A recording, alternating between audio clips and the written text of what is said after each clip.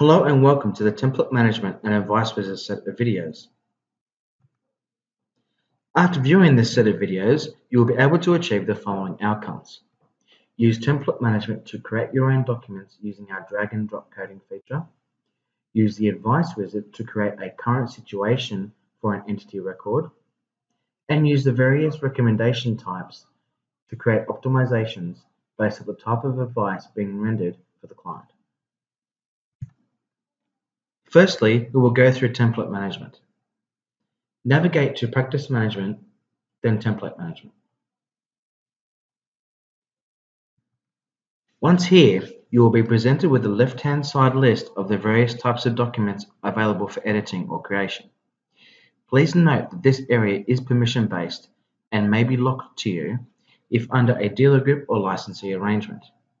In addition, some site administrators may lock this area down for compliance purposes.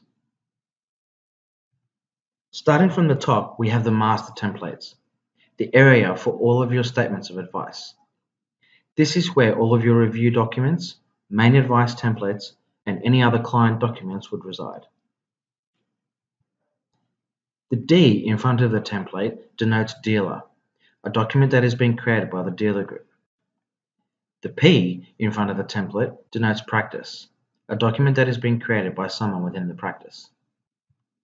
Assuming you have the correct permission to do so, you will be able to edit a document by clicking on the template itself, as we have done here.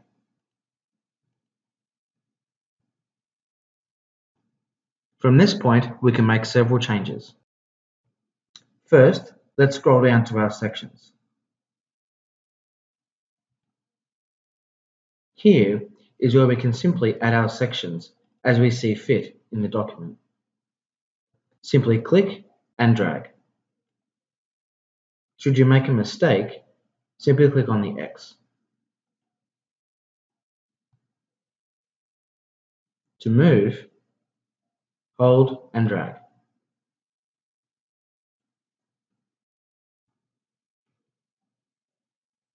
Subsections allows us the functionality to bring through certain text within actual sections. This could be particularly useful for risk and compliance teams. Essentially, you can create your disclaimers as subsections. Editing those disclaimers across the board will change any template that uses those same subsections within each section. So any editing that you do will actually happen across all those documents. To create a subsection, we simply click on Actions, New Folder. Give that folder a name, then click Save. And we can see it here. Now we need to add the actual subsection which will actually apply to a template. Let's do this now by clicking on Actions, New Subsection. Give it a name and select your file. In this case, we'll choose a file that we created earlier. Here, we've created a text file that has certain texts. Again, as I mentioned earlier, we could have all our disclaimer text in this document.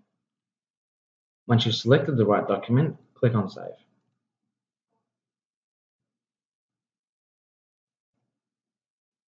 Now, we want said disclaimer to appear at the bottom of our authority to proceed. Let's do this now by clicking on our sections,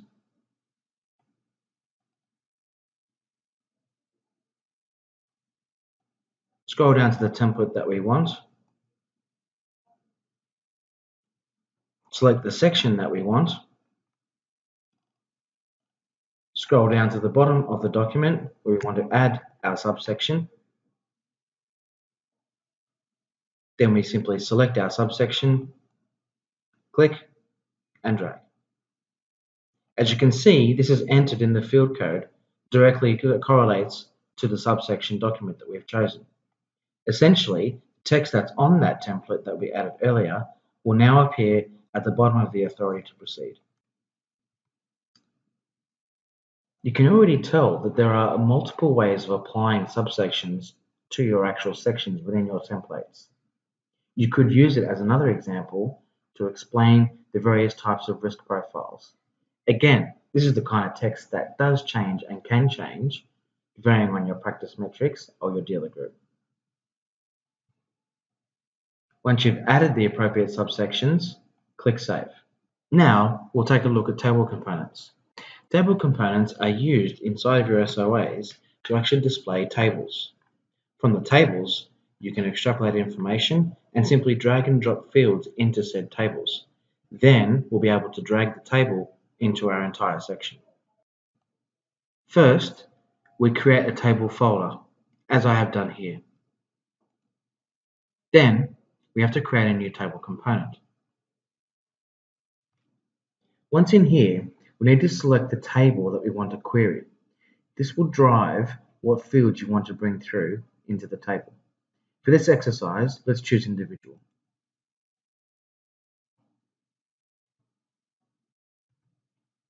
And let's give the table a name. Now, we select the items we want to display in the column.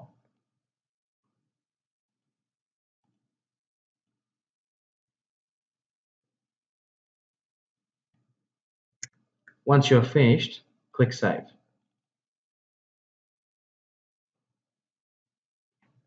We can now see our saved table here, underneath the category that we created earlier. From this point, we can actually have the opportunity to edit the fields that appear in here by either using the Data Components area or Chart Components. Let's take a look at Data Components. From here, we can scroll down to Individual. And here you will notice we can start to see some of the fields that we've actually brought through as part of the column setup that we did when we created our table component. Quite simply, we can drag and drop a code. Additionally, we can edit the table components by going back into the table components section, highlighting our table, and then selecting Edit. Here we can tick or untick items as we see fit. Again, click Save once you are completed. Now, let's add this table to a section. To do this, go back to your sections, find your appropriate section,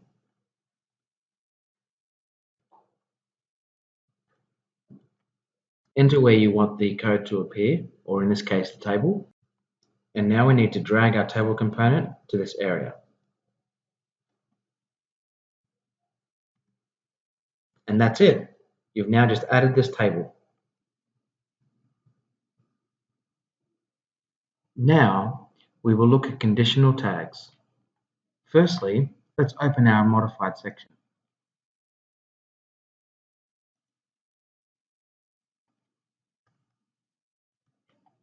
Now, under conditional tags, we have an entire set of tags. In here, we can actually create our own tags or use some of the predefined tags that are already here. A conditional tag is something that you can set only when those certain conditions have been met. As an example, we can click and drag this condition here.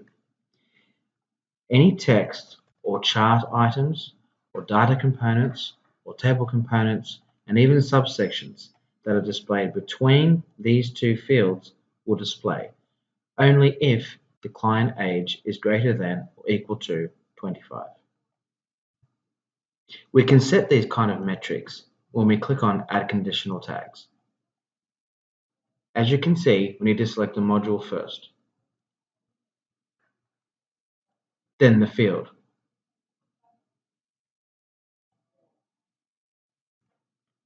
In this case, let's choose Marketing Class.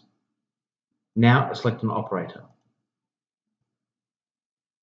Let's say this one equals to gold. And the description. Now click Save. And you can see here, it's been added to our user-defined conditional tags.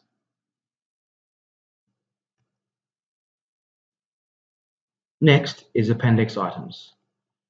Please note that these items are only editable by the site administrator or dealer group. And this concludes the video on template management. Please watch the next set of videos around creating a current situation for your client through the Advice Wizard and different types of advice that you can provide through recommendations.